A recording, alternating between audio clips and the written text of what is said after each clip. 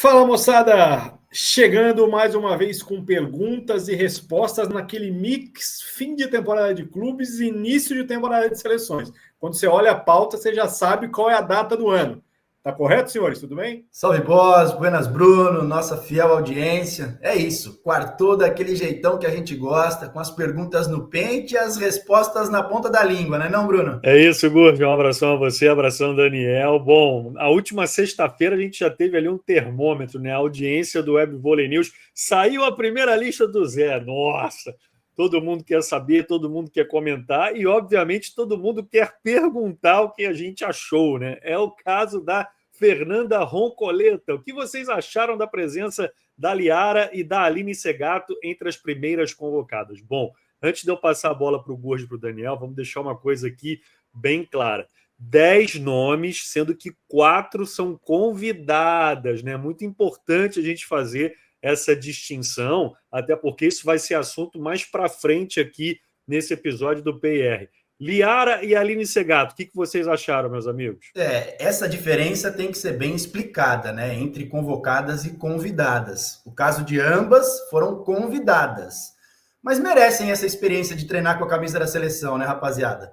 E para mim mostra que elas estão no radar, que certamente aparecerão em futuras convocações para a seleção de novos, e faz total sentido Zé prestigiar as atletas do projeto do Barueri nesse primeiro momento de trabalho, porque inclusive será lá na estrutura de Barueri onde vai rolar esse start. O que eu percebo nesse início de temporada de seleções é que a ansiedade toma conta das pessoas e parece que o primeiro recorte da primeira convocação, sendo que você não pode nem entender ainda quais serão as demais, cria falsas expectativas. Então, assim, eu acho que a gente vai poder falar muito melhor de convocação quando a gente tiver o processo completo.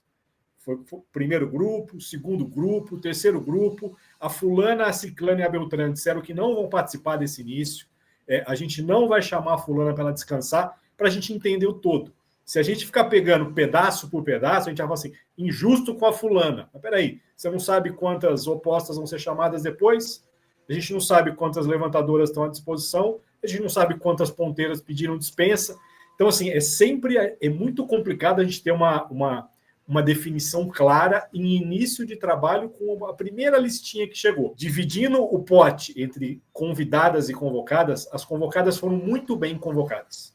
Se a gente olhar ali uma lista de quem a gente imaginava que seria convocada, das atletas que estavam à disposição naquele momento da convocação, eu acho que são perfeitas. E as convidadas é para conhecer melhor. O Zé vê a Aline Segato há muito tempo dentro do seu projeto em Barueri, mas trabalhar junto ouve mais o vagão do que trabalhou junto. Eu acho que a gente tem que tomar cuidado, porque a gente não sabe o que vem na sequência para a gente entender quem realmente está dentro e quem está fora. O Gurgel já começou a responder essa próxima pergunta que vem do Alan Loyola. Para ser convocada e convidada para a seleção, precisa passar pelo Barueri?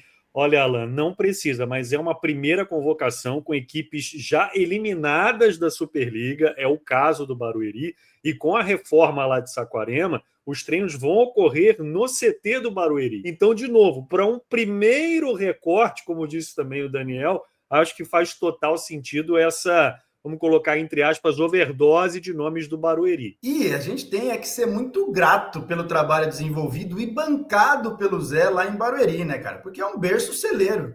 E se a gente fizer um recorte e analisar nas seleções passadas, no último ciclo, quantas atletas tiveram passagens pelo Barueri, uma formação, uma experiência, um amadurecimento, todas elas praticamente. Então, a gente tem que bater palma pelo trabalho desenvolvido pelo Zé e o projeto em Barueri. E a gente está falando de um clube formador, né, moçada? Porque, como vocês muito bem disseram, daqui 2 anos, quando elas estão no auge, elas não estão mais no Barueri. Porque o Barueri não tem bala para segurar as jogadoras que são formadas ali.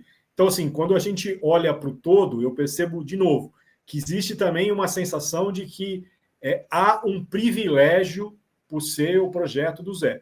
Eu acho que a gente tem que olhar por um outro viés. Quem mais está fomentando a base? Quem mais? Vai começar um projeto em Osasco agora, depois de tanto tempo sem o Osasco. Esse time que joga Superliga tem categoria de base. Teve o Bradesco, que era outra coisa diferente. Agora o Sesc e o Flamengo está lá olhando mais para a base do Flamengo. Que ótimo que está todo mundo olhando para a base. O Minas sempre teve base, precisa ter mais. Quais são as últimas grandes jogadoras reveladas pelo Minas em baseada? A gente tem visto menos do que a gente já viu no passado. Não está na hora do Praia ter formação de base também, já que investe um caminhão de dinheiro no time adulto?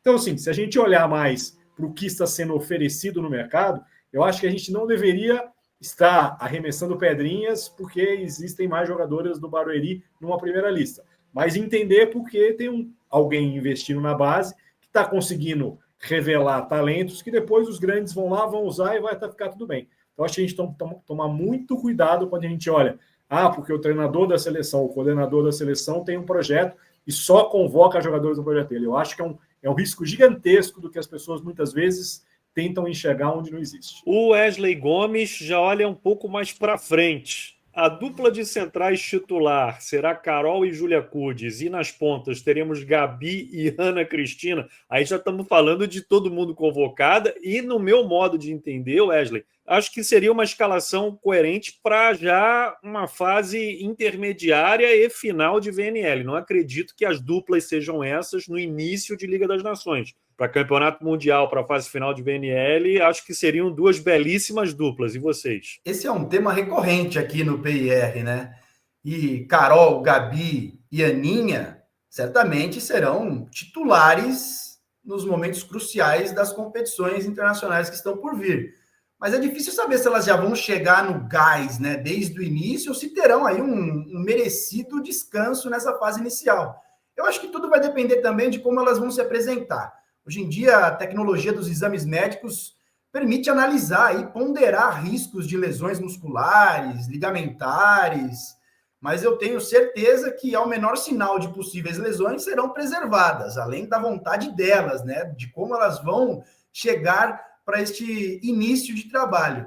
Eu acho que estou contigo, viu, Bruno? No começo não veremos essas duplas como titulares, mas nas retas finais tem grandes possibilidades. Assina embaixo, senhores. Se a galera está esperando ver essas formações para a etapa do Rio de Janeiro Maracanãzinho, esqueçam por completo. Não dá, não tem chance, não é ali que a preparação tem que ser feita. Tem que ser olhado lá na frente, até para entender quais dessas jogadoras estarão à disposição desde o início. E eu não creio que serão todas. Próxima pergunta vem da Sofia Riek. Como avaliam a temporada do THY? Em uma palavra, frustrante, né? Terminando na 6ª colocação no Campeonato Nacional. Desde que houve aquela treta, né? Zé Roberto, Nery Manossói, ali acho que já começou a desandar.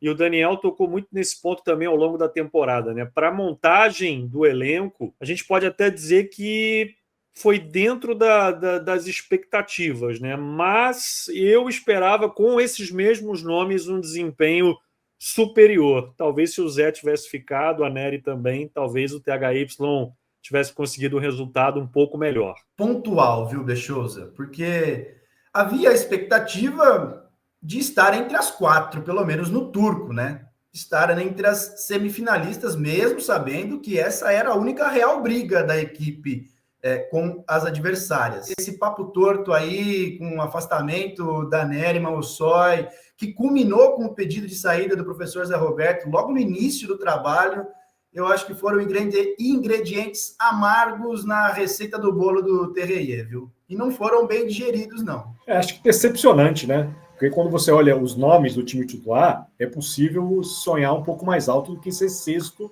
no Campeonato Turco. Mas o cobertor curtíssimo. Reta final da temporada você não consegue escalar a Roberta, porque você não tem ponteiras turcas para colocar em quadra, porque a Boca Rosa se machucou, etc. e tal. Mostra que o elenco era curtíssimo. E aí a Diana não jogou a temporada inteira, você não pode escalar a Roberta. Então, assim, na montagem do elenco faltou. Se você tivesse ali, como vocês falaram, a Nery, seria aquela opção turca para resolver em 2 posições. Jogou na saída, joga na ponta, etc. e tal. Mas aí o cobertor ficou curtinho, não teve contratação no meio da temporada, e aí foi o que deu para fazer. E talvez voltar ao G4 seja um sonho quase impossível daqui para frente, porque o Galatasaray vai investir milhões, o Zeren está investindo uma grana para querer ser grande, então eu acho que o THY nesse caminhar da história ficou para trás na Turquia. E para a gente fechar, a pergunta do João Faller: existe integrante da CT especializado em certas posições ou fundamentos? Sim, João, com certeza, né? Posso pegar um exemplo em Chico dos Santos, né? Era especialista em bloqueio na seleção brasileira masculina. Mas não há uma regra, né, Bruno? Vai da característica de cada integrante da CTs e também da filosofia de trabalho das equipes. Em geral, de acordo com essas características e vivências dos profissionais envolvidos, o treinador principal deixa mais na mão aí de seus auxiliares uma parte técnica e tática dos treinamentos. Eu, por exemplo, na minha experiência como auxiliar técnico nos Emirados Árabes, tinha maiores responsabilidades nas atividades e correções dos treinos de saque e passe, mas tudo sempre estudado e elaborado em conjunto com o treinador e demais integrantes da CT. E não é de hoje, tá, moçada? Quando a gente olha para trás, a geração diamante do vôlei brasileiro sempre teve essa divisão muito clara. O Tabachi cuidando ali da parte de passe, então lembro de quando estava fazendo a pesquisa para o livro do Serginho, é o cara que você tem que conversar, é o cara que me guiou a vida inteira, é o cara que me ensinou muita coisa. E aí depois você passou a ter o Rubinho, você teve o Francoviac, então assim, os demais que foram chegando foram se adaptando a um esquema que já existia com separação. O Vagão trabalha muito com bloqueio na seleção feminina, então assim, existe sim, eu acho que o vôlei foi se especializando a ponto de você ter profissionais que fiquem mais focados, apesar de a maioria ser técnico, né, que abrace tudo, mas na seleção eles acabam tendo uma função um pouco mais específica. Muito bem, chegamos ao fim de mais um Perguntas e Respostas. Já sabe que até seu nome grandão, sua pergunta respondida, deixe nos comentários desse vídeo o seu questionamento. Quem sabe ele não aparece aqui na próxima quarta-feira. Não se esqueçam do like, hein, galera? Valeu, Gurja, valeu, Daniel. Um abração para os amigos. Valeu, Bruno. Valeu, Boss. Valeu, audiência. Obrigado pelas perguntas pertinentes, interessantes, que nos faz refletir, encontrar respostas também interessantes, pesquisa, estudo. Seguimos aqui tocando o nosso barquinho. Não se esqueça do like e da sua pergunta para a próxima edição. É isso aí, moçada. E se por acaso vocês ouviram um barulho de um cortador de grama durante o programa, é o vizinho que resolveu, na hora da gravação, cortar a grama do condomínio. Um abraço, deixem o like, a gente se vê na próxima semana. Aquele abraço.